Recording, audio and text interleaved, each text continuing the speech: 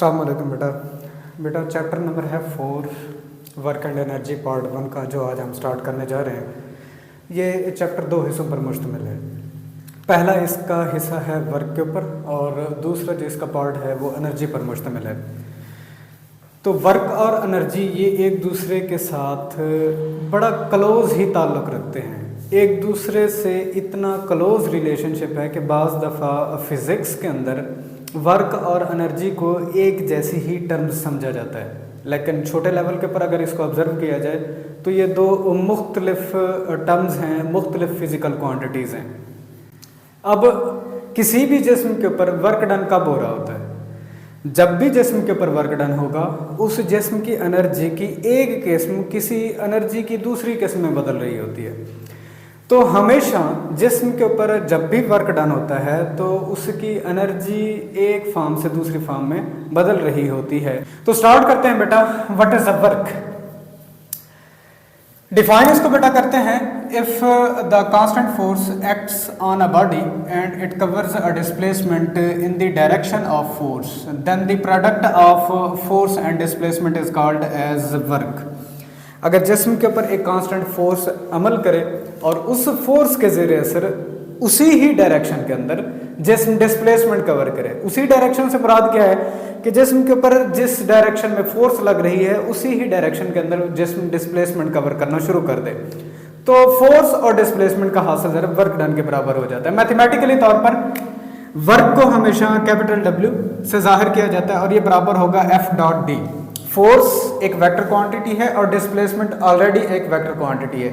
तो दो वेक्टर्स के दरमियान में अगर डॉट प्रोडक्ट लिया गया हो तो हमें अगर एक स्केलर क्वांटिटी मिल रही हो, तो हमने डॉट प्रोडक्ट चैप्टर नंबर 2 के अंदर ब्रीफली तौर पर इसको देखा था कि दो वेक्टर्स के दरमियान में अगर डॉट प्रोडक्ट लिया जा रहा हो तो उसका रिजल्टेंट जो फिजिकल क्वांटिटी हमें मिलती है वो फिजिकल क्वांटिटी क्या है बेटा? स्केलर है। तो इसका मतलब वर्क डन स्केलर है। ये एक बात यहां पर नोट कीजिएगा बेटा, वर्क स्केलर है। अब अगर इसकी मैग्नीट्यूड फॉर्म देखना चाहेंगे तो F.D cos थीटा, वो कैसे बनता है यहां पर थोड़ा सा गौर कर लीजिए। फर्ज कर लेते हैं एक कार्ड है, एक छोटी सी गाड़ी है जिसके ऊपर एक पर्सन है, F फोर्स लगा रहा है और वो इस डायरेक्शन के अंदर डिस्प्लेसमेंट कवर कर रही है। अकॉर्डिंग टू डेफिनेशन, जिस तरह से हमने वर्क की डेफिनेशन की है, फोर्स और डिस्प्लेसमेंट का हासिल ज़रब डिस्प्लेसमेंट फोर्स की ही डायरेक्शन में हो रहा हो तब हम वर्क डन को डिफाइन करते हैं। तो यहां से फोर्स के हेड से एक नॉर्मल ड्रा करें। अब ये दो कंपोनेंट्स के अंदर फोर्स रिजॉल्व हो जाएगी, एक इसका हॉरिजॉन्टल कंपोनेंट होगा और एक इसका वर्टिकल कंपोनेंट होगा। वर्टिकल कंपोनेंट को F sin थीटा से जाहिर किया जाता है, ठीक है बेटा, और जो हॉरिजॉन्टल कंपोनेंट है इसे F cos थीटा से रिप्रेजेंट किया जाता है। अब यहां पर गौर कर लें, फोर्स की ही डायरेक्शन में देखिए डिस्प्लेसमेंट और फोर्स एक ही डायरेक्शन के अंदर है तब वर्क डन होगा। तो इसका मतलब फोर्स का काज कंपोनेंट ही डिस्प्लेसमेंट की डायरेक्शन के अंदर है, तो इसीलिए इसे मैग्नीट्यूड फॉर्म में शामिल किया गया है F cos थीटा। क्लियर? अगर वही आप इस डिस्प्लेसमेंट का प्रोजेक्शन देखना चाहते हैं फोर्स के अलावा, तो आपने डिस्प्लेसमेंट वेक्टर के हेड से एक नॉर्मल ड्रा करना है फोर्स के ऊपर, और डिस्प्लेसमेंट अपने दो कंपोनेंट्स के अंदर तहलील हो जाएगा, तकसीम हो जाएगा, रिजॉल्व हो जाएगा। अब हमने क्या करना है, डिस्प्लेसमेंट का वो कंपोनेंट वर्क डन के लिए लेना है जो अलोंग द फोर्स होगा, फोर्स की डायरेक्शन के अंदर मौजूद होगा, और वो हमेशा डिस्प्लेसमेंट का भी काज कंपोनेंट होगा। तो magnitude form of work done के अंदर काज कंपोनेंट क्यों शामिल होता है? इस वजह से शामिल होता है। अब यहां पर गौर कीजिए, अगर वर्क डन मैक्सिमम हो रहा हो तो W बराबर होगा F.D के। यहां से इसका ऐसा यूनिट बना है, फोर्स हमेशा न्यूटन्स में मेजर की जाती है और डिस्प्लेसमेंट हमेशा मीटर्स के अंदर। तो पहला इसका ऐसा यूनिट बनता है बेटा न्यूटन मीटर। दूसरी बात, ये ऐसा डिराइव्ड यूनिट है। क्यों? न्यूटन एक डिराइव्ड क्वांटिटी, आप इसको बेस क्वांटिटी के अंदर बदलना चाहेंगे तो न्यूटन हमेशा किलोग्राम मीटर फी सेकंड स्क्वायर, और इधर से मीटर एक और मौजूद है, तो ये बनेगा किलोग्राम मीटर स्क्वायर फी सेकंड स्क्वायर। तो ये ऐसा बेस यूनिट है वर्क का। एक और बात भी बेटा यहां से नोटिस करें, वर्क का ऐसा यूनिट किस फिजिकल क्वांटिटी से मैच करता है? मैं ऑलरेडी पहले भी करा चुका हूं, अब भी मैं दोबारा आपको बता देता हूं, टॉर्क, ठीक है, FL। फोर्स और मोमेंट आर्म का हासिल ज़रा। फोर्स हमेशा न्यूटन में और मोमेंट आर्म चूंकि एक लेंथ होती है, लंबाई होती है पिवट पॉइंट और line of action of force के दरमियान में, तो वो भी लेंथ मीटर में ही मेजर की जाएगी। तो टार्क और वर्क का सेम यूनिट रहता है। ये आपकी एमसीक्यूज बन चुकी है। अब यहाँ से वर्क की अगर आप डायमेंशंस बनाना चाहेंगे तो डायमेंशंस के लिए क्या होगा बेटा, वर्क की डायमेंशन स्क्वायर ब्रैकेट से इसको क्लोज करना है हर हाल में। हमेशा याद रखिएगा साइन ऑफ नोटेशन बेटा नहीं बदलने होते। अक्सर बच्चों के एग्जाम्स के अंदर गलती इसलिए आती है कि साइन ऑफ नोटेशन किसी भी फिजिकल क्वांटिटी के लिए जो आप इस्तेमाल कर रहे होते हैं वो आप रॉन्ग लिखते हैं। मसलन चैप्टर नंबर 1 इसी पार्ट 1 के अंदर आपको जब भी डायमेंशंस के बारे में बताया जाता है तो ये कहा जाता है कि या तो आप लिखेंगे जिस भी फिजिकल क्वांटिटी की डायमेंशन लिखना चाहते हैं डायमेंशन ऑफ वर्क का वर्ड इस्तेमाल करें, या फिर आप इसे स्क्वायर ब्रैकेट से क्लोज कर दें। अब यहां से देखिए किलोग्राम मैस कैपिटल, ठीक है, मैस का ऐसा यूनिट है कैपिटल एम, इसके लिए डायमेंशन में इस्तेमाल किया जाता है। मीटर लेंथ का कैपिटल एल इस्तेमाल किया जाता है, इसका स्क्वायर है तो इसे एल स्क्वायर लिखें। और सेकंड टाइम का ऐसा यूनिट है तो टाइम के लिए कैपिटल टी और -2 इसकी पावर है और इसे स्क्वायर ब्रैकेट के अंदर क्लोज कर देंगे तो ये इस तरह से डायमेंशन बन सकती हैं। अब यहां से गौर कीजिएगा, फोर्स डिस्प्लेसमेंट ग्राफ अगर हमारे पास मौजूद हो तो फोर्स डिस्प्लेसमेंट ग्राफ का एरिया हमें वर्क के बारे में इंफॉर्मेशन देगा या हमें इसका स्लोप वर्क के बारे में इंफॉर्मेशन देगा। इस तरह से एक ग्राफ में से हम इंफॉर्मेशन निकालते हैं। हमारा ऑलरेडी वहां पर लेक्चर पड़ा हुआ है, मैं दोबारा से इसको रिपीट नहीं करूंगा, आप उसको जाके देख लें। तो यहाँ हमेशा फोर्स डिस्प्लेसमेंट ग्राफ का एरिया, ये बात बेटा नोट करें, area of force displacement graph वो वर्क डन को जाहिर करेगा। अब दूसरी एमसीक्यूज भी यहां से बन सकती है, फोर्स एक्सटेंशन या फोर्स डिस्प्लेसमेंट ग्राफ का स्लोप किस चीज को जाहिर करेगा वो हमने बताना है। ठीक है बेटा, तो फोर्स और डिस्प्लेसमेंट हेयर इज, अगर इस तरह का ग्राफ बना दिया जाए तो इसका स्लोप हमें क्या इंफॉर्मेशन देगा और इसका एरिया हमें क्या इंफॉर्मेशन देगा। दोनों तरह की इंफॉर्मेशन हम अपने basic structure of anti test MCQs के उस लेक्चर के अंदर जो मैंने आपको प्रोवाइड कर दिया, मैं ऑलरेडी आपको पढ़ा चुका हूं। एरिया हमेशा इंफॉर्मेशन देगा वर्क डन के बारे में, जबकि यहां इसका स्लोप आपको बताएगा बेटा स्प्रिंग कांस्टेंट। ठीक है बेटा, स्प्रिंग कांस्टेंट, ये दो इंफॉर्मेशन इसमें से ली जाती हैं। अब यहां से कुछ स्पेशल केसेस बनते हैं। अजसाम के ऊपर अगर ये कांस्टेंट फोर्स डिफरेंट डायरेक्शंस के अंदर डिफरेंट एंगल के ऊपर अगर एक्ट कर रही हो तो वर्क डन की क्या कुछ वैल्यू होगी, आया कि ये मैक्सिमम रहेगा, मिनिमम हो जाएगा, जीरो हो जाता है, तो वो कुछ स्पेशल केसेस हमने देखने हैं और इनकी एग्जांपल्स को आपने लाजमी तौर पर नोट कर लेना है। आपके सिलेबस के अंदर नहीं है मौजूद, लेकिन मैंने चूंकि जितने भी कॉम्पिटिटिव एग्जाम के अंदर ये आपकी एग्जांपल्स आ चुकी हैं वो मैंने आपको नोट करा दी है। तो पहला केस बेटा बनता है मैक्सिमम वर्क। मैक्सिमम वर्क को दूसरा नाम दिया जाता है बेटा पॉजिटिव वर्क का।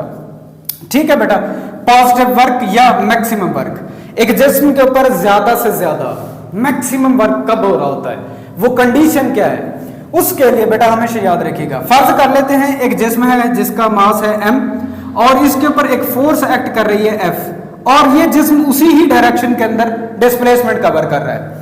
तो इस केस के अंदर यहां पर गौर कीजिए, फोर्स और डिस्प्लेसमेंट आपस के अंदर क्या है बेटा, पैरेलल है। सारे लफ्ज आपने जहन में रखने हैं, पैरेलल हो अगर फोर्स और डिस्प्लेसमेंट, तब जहन में रखिएगा फोर्स और डिस्प्लेसमेंट के दरमियान में एंगल थीटा जो है ये बेटा 0 डिग्री बन जाता है। थीटा क्या बन जाता है बेटा, 0 डिग्री। अगर एंगल 0 डिग्री हो तो उस केस के अंदर वर्क की डेफिनेशन के मुताबिक F बराबर होगा F डॉट डी, फोर्स और डिस्प्लेसमेंट का डॉट प्रोडक्ट। आप इसकी मैग्नीट्यूड फॉर्म लिखना चाहेंगे तो वर्क डन बराबर होगा एफ डी कॉस थीटा के। अब यहां से गौर कीजिए, अगर इसी मैग्नीट्यूड फॉर्म के अंदर F D cos 0 degree put कर दिया जाए तो हम जानते हैं कॉस 0 डिग्री बराबर होता है 1 के बेटा 1, तो यहां पर एफ डी के बराबर होगा। तो जिस्म के ऊपर मैक्सिमम वर्क हो रहा होता है अगर फोर्स और डिस्प्लेसमेंट एक दूसरे के पैरेलल हो, एक ही डायरेक्शन के अंदर मौजूद हो। तो ये लफ्ज आपने अपने ज़हन में रखने होते हैं, इन्हीं से ही वो आपके एमसीक्यूज को थोड़ा सा डिफरेंट करता है, चेंज करने की कोशिश करता है। अक्सर बच्चे जो इन लफ्जों के ऊपर गौर नहीं करते उनके लिए फिर ये एमसीक्यूज मुश्किल हो जाते हैं। ठीक है बेटा, तो यहां एक बात को नोटिस करें, अगर थीटा 90 से लेस रहता है उस वक्त जिस्म के ऊपर वर्क पॉजिटिव होगा। वर्क क्या होगा बेटा, पॉजिटिव होगा। अगर एंगल 90 से कम है तो हमेशा जिस्म के ऊपर क्या होता रहेगा, पॉजिटिव वर्क होता रहेगा, पॉजिटिव वर्क होगा।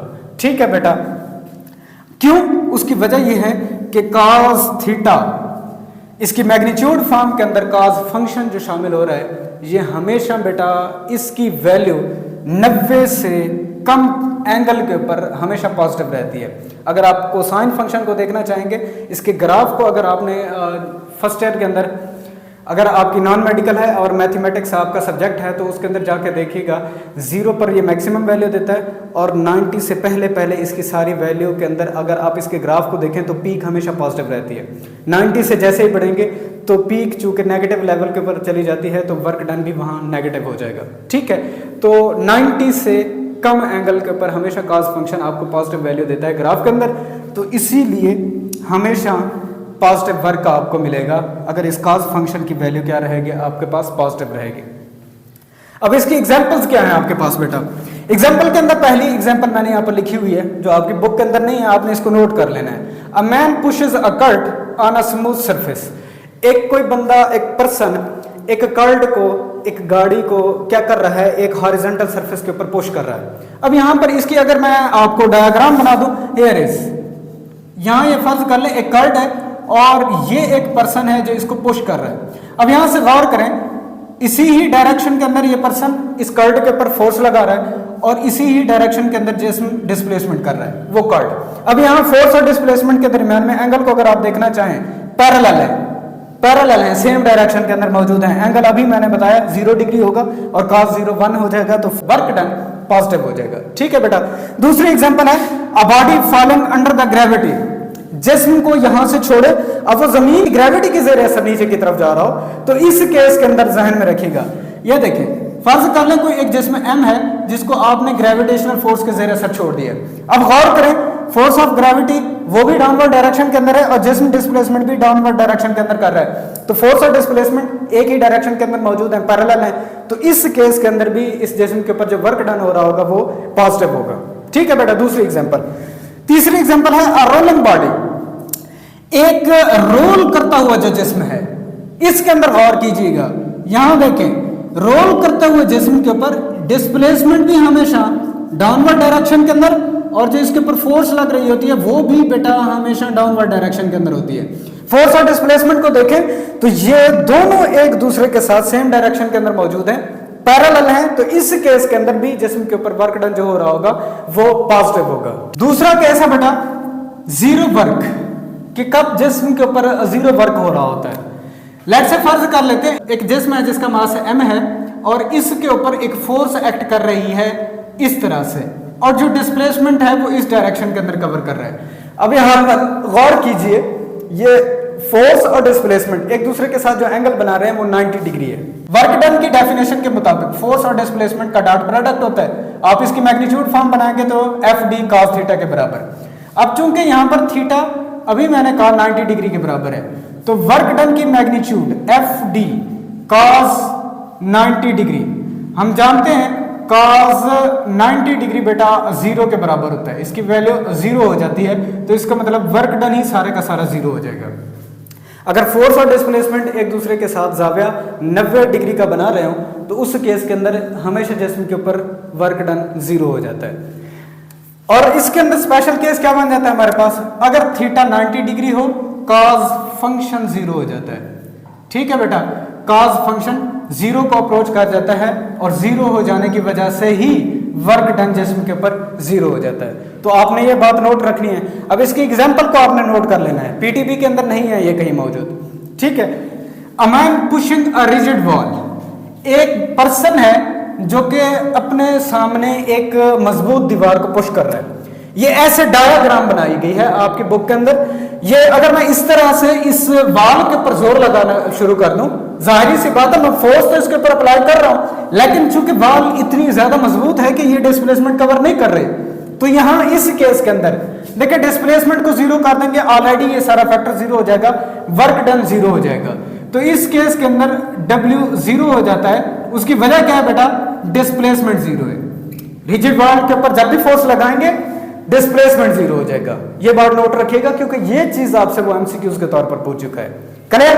इसके बाद दूसरी भी आपके पास एग्जांपल है, a man holding a pail in his hand while moving on the horizontal surface. एक हॉरिजॉन्टल सरफेस के ऊपर जाता हुआ आदमी एक बाल्टी को उठाए हुए आगे की तरफ हरकत कर रहा है। अब यहां इस केस के अंदर गौर करें, ठीक है, पर्सन ने उस पेल को, उस बाल्टी को उठाया हुआ है, अब ये हॉरिजॉन्टल सरफेस के ऊपर मूव कर रहा है। तो यहां पर गौर कर लें, उस बाल्टी और फोर्स के दरमियान में इस तरह का एंगल बनेगा।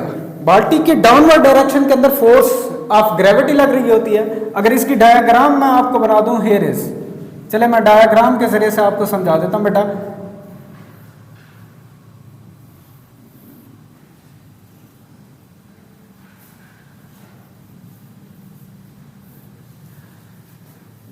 यहां पर गौर कीजिए बेटा, एक बाल्टी के ऊपर force of gravity downward direction के अंदर एक्ट करती है। पर्सन ने यहां से उसे पकड़ा हुआ है और पर्सन डिस्प्लेसमेंट इस डायरेक्शन के अंदर कवर कर रहा है। ठीक है बेटा, डिस्प्लेसमेंट हॉरिजॉन्टल सरफेस के ऊपर कवर कर रहा है। अब यहां पर देखें, फोर्स और डिस्प्लेसमेंट के दरमियान में इस तरह का रिलेशन है। ठीक है, एंगल इन दोनों के दरमियान में क्या बनेगा, 90 डिग्री बनेगा। अब अगर एंगल 90 डिग्री बन रहा है, cos 90 0, तो वर्क डन 0 हो जाएगा। ठीक है, ये तस्वीर है पीटीवी के अंदर, पिक्चर एक बनाई गई है, इसके अलावा कोई इंफॉर्मेशन नहीं दी गई।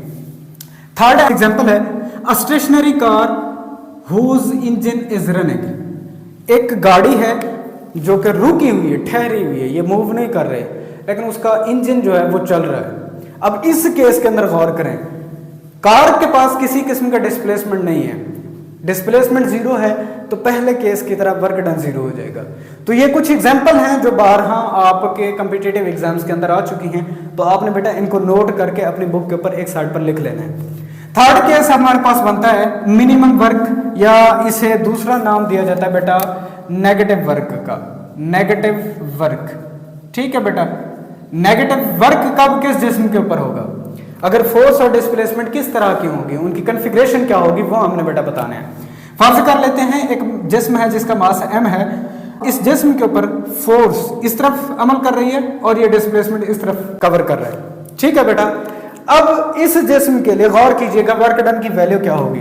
वर्क डन की डेफिनेशन के मुताबिक F डॉट डी, आप इसकी मैग्नीट्यूड फॉर्म लिखना चाहेंगे F d cos थीटा। अब यहां से गौर कर लीजिए, F d cos थीटा यहां पर देखिए 180 डिग्री है, डिस्प्लेसमेंट ये है बेटा और फोर्स ये है। फोर्स और डिस्प्लेसमेंट के दरमियान में ये एंगल जो बनने जा रहा है ये 180 डिग्री बनता है। अब इस 180 डिग्री के अंदर cos 180 डिग्री अगर आप इसको कैलकुलेट करेंगे तो ये -1 के बराबर आता है। ठीक है बेटा, तो वर्क डन बेटा बराबर होगा एफ डी इंटू -1 या -FD के बराबर। ठीक है, अब मिनिमम वर्क होगा, नेगेटिव वर्क होगा इस केस के अंदर। ठीक है बेटा, अब इसकी कंडीशन एंगल थीटा के ऊपर क्या कुछ रहेगी, एक तो एंगल यह है कि 90 से ज्यादा होना चाहिए। एंगल जैसे ही 90 से बढ़ता है वैसे ही cos फंक्शन की वैल्यू नेगेटिव होना शुरू हो जाती है और ये 180 तक चला जाता है। ठीक है, 90 से लेकर 180 तक, यानी कि सेकंड क्वाड्रेंट के अंदर, अगर आपने क्वाड्रेंट पढ़े हो फर्स्ट ईयर के अंदर या फिर आपने 9th क्लास के अंदर, तो उसके अंदर गौर कीजिएगा cos फंक्शन हमेशा सेकंड क्वाड्रेंट के अंदर नेगेटिव रहता है। तो उस केस के अंदर हमेशा वर्क डन भी क्या हो जाएगा बेटा, नेगेटिव हो जाएगा। ये बात आपने यहां से नोट रखनी है। अब इसकी कुछ examples, a body sliding over a rough horizontal surface. ठीक है, एक जिस्म जो कि एक हॉरिजॉन्टल सरफेस के ऊपर तो स्लाइड करे लेकिन वो रफ हो। अब यहां पर गौर कीजिएगा, जिस्म डिस्प्लेसमेंट इस तरफ कवर कर रहा होगा जबकि उसके ऊपर जो फ्रिक्शनल फोर्स है वो अपोजिट डायरेक्शन के अंदर एक्ट करती है। ठीक है बेटा, फ्रिक्शनल फोर्स और डिस्प्लेसमेंट के दरमियान में एंगल 180 डिग्री का बन जाता है, जिसकी वजह से वर्क डन क्या बन जाएगा बेटा, नेगेटिव बन जाएगा। दूसरी example, a body throne upward. आपने एक जिस्म को अगेंस्ट द ग्रेविटेशनल फोर्स ऊपर की तरफ थ्रो किया है।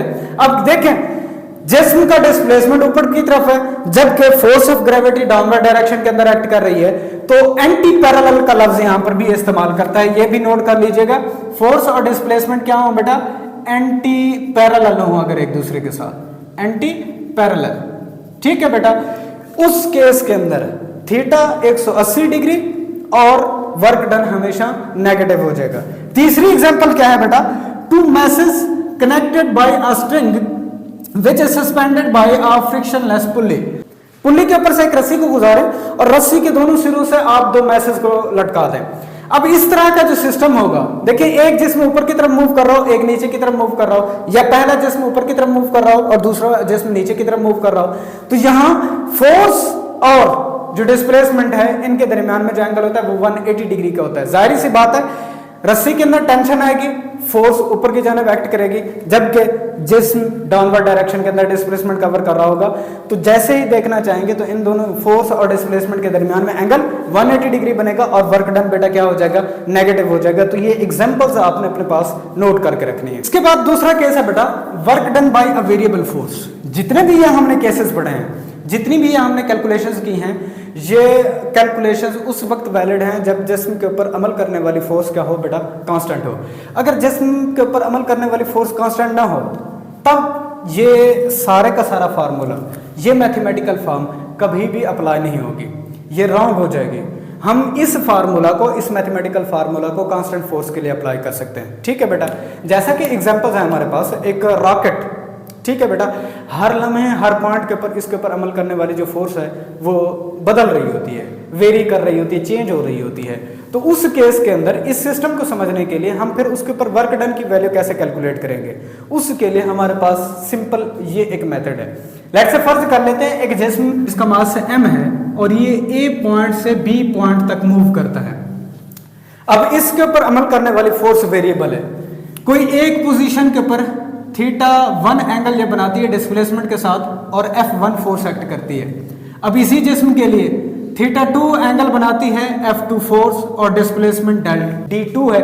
तो इस तरह से वर्क डन की डेफिनेशन के मुताबिक W1 इस पॉइंट के ऊपर जो जिस्म के ऊपर वर्क डन होगा वो फर्स्ट फोर्स और इस फोर्स के ज़रिए असर जिस्म ने जो थोड़ा सा वो छोटा सा सेगमेंट, छोटे से सेगमेंट के लिए जो डिस्प्लेसमेंट कवर किया है, अगर उसे डेल D1 डिस्प्लेसमेंट में थोड़ी सी तब्दीली और F1 फोर्स की वजह से पैदा हुई है, इन दोनों के दरमियान में डॉट प्रोडक्ट मैग्नीट्यूड फॉर्म बनाना चाहेंगे, F1 डेल D1 cos θ1 बनेगा। इसी तरह से दूसरे पॉइंट के ऊपर वर्क डन कितना कुछ है, F2 del D2 F2 del D2 cos θ2 up to so on n number of सवाल सेगमेंट के अंदर अगर इस पाथ को डिवाइड कर लिया जाए और तमाम तर n नंबर ऑफ सेगमेंट्स के लिए, छोटे छोटे पाथ के टुकड़ों के लिए अगर हम वर्क डन की वैल्यू को लिखते हैं और nth सेगमेंट के लिए वर्क डन Wn से अगर रिप्रेजेंट कर दिया जाए तो Fn डॉट डेल Dn बराबर होगा Fn del Dn cos θn के बराबर। अब टोटल वर्क डन क्या है, तमाम तर छोटे छोटे सेगमेंट्स के ऊपर जो वर्क डन हुआ है उनका मजमुआ W1 plus W2 W3 up to so on Wn। ठीक है बेटा, वर्क डन फर्स्ट सेगमेंट के ऊपर, वर्क डन सेकंड सेगमेंट के ऊपर, वर्क डन थर्ड सेगमेंट के ऊपर, वर्क डन nth सेगमेंट के ऊपर, सब के सब जितने भी हमने सेगमेंट बनाए थे उनके लिए जो वर्क डन है इनका मजमुआ बना लें। अब यहां से इनकी वैल्यूज को F1 del D1 cos θ1 work done first segment के लिए, सेकंड सेगमेंट के लिए, थर्ड सेगमेंट के लिए, up to so on nth segment के लिए, सारे सेगमेंट के लिए अगर इन वर्क डन को जमा कर लिया जाए तो यहां पर समेशन ये मजमूआ को जाहिर करता है, sigma sigma Fi del Di cos θi, I in general form हम लिख रहे हैं और ये इसकी वैल्यू बदलती है बेटा 1 से लेकर n तक। तो ये वो वर्क डन का मैथमेटिकल फार्मूला है। हम उस जिस्म के लिए वर्क डन की इस फार्मूलिज्म को इस्तेमाल करेंगे जिस जिस्म के ऊपर एक वेरिएबल फोर्स एक्ट कर रही होगी, जैसा कि हमने रॉकेट के केस को देखा है। तो उसके अंदर आपने ये फार्मूला बेटा इस्तेमाल करना है। तो ये दूसरा केस बन जाता है बेटा, ये लॉन्ग क्वेश्चन के तौर पर भी आपके पास आ चुका है। ठीक है बेटा, अब यहाँ पर कुछ बेसिक जो एंट्री टेस्ट की एमसीक्यूज बनती है मैं उसका हिंट आपको देता चलता हूँ बेटा।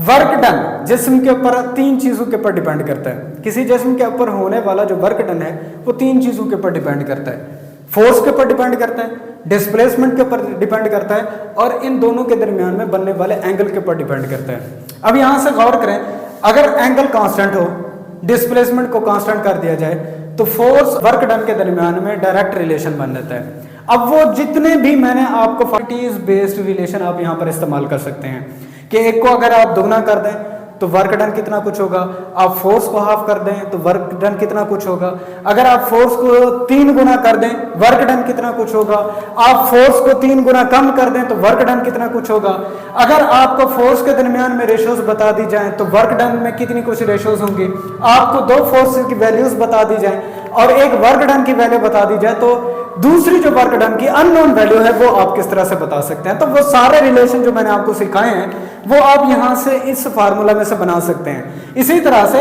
अगर थीटा को कांस्टेंट कर दिया जाए और फोर्स कांस्टेंट हो जाए तो डिस्प्लेसमेंट और वर्क डन के दरमियान में भी डायरेक्ट रिलेशन बन जाता है।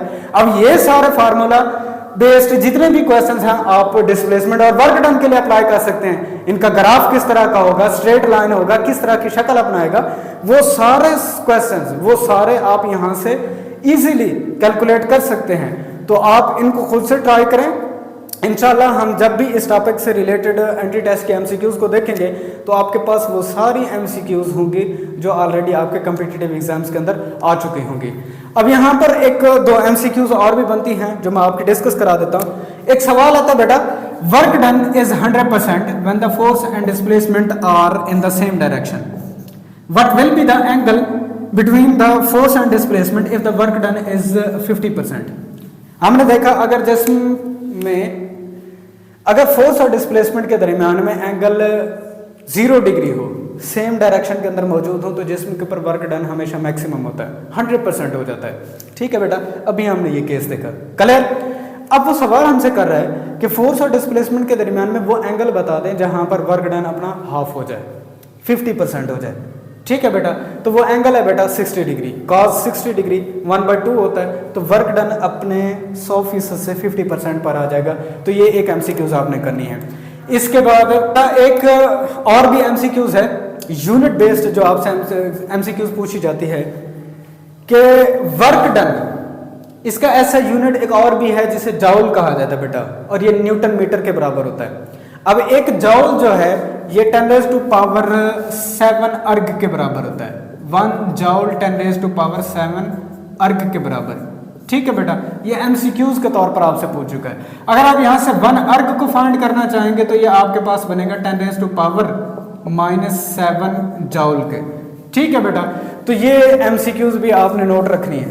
फिलहाल मैं आपको एसआई यूनिट्स ही बता रहा हूं। अब ये बिल्कुल भी नहीं है कि इनके जो बाकी यूनिट्स हैं जैसे कि फुट पाउंड सेकंड के अंदर इसका क्या कुछ यूनिट होगा, और भी बाकी सारे हैं, हेक्साडेसिमल सिस्टम के अंदर इसका क्या ऐसा यूनिट होगा, तो वो इंशाल्लाह जब चैप्टर नंबर हम 1 डिस्कस करेंगे तो उसके अंदर तमाम तर फिजिकल क्वांटिटीज़ के कैसे कैसे ये यूनिट्स बदलते हैं और एक यूनिट दूसरे के साथ कैसे कोरिलेट करता है वो हम इंशाल्लाह उसी वक्त ही डिस्कस करेंगे। फिलहाल मैं उनको टच नहीं दे रहा। तो ये था बेटा आज का हमारा टॉपिक वर्क, इसके कुछ स्पेशल केसेस और फिर वेरिएबल अगर फोर्स हो जाए तो वर्क डन की वैल्यू क्या कुछ होगी। इंशाल्लाह अपने नेक्स्ट लेक्चर में मिलेंगे। इजाज़त दीजिए, अल्लाह हाफ़िज़।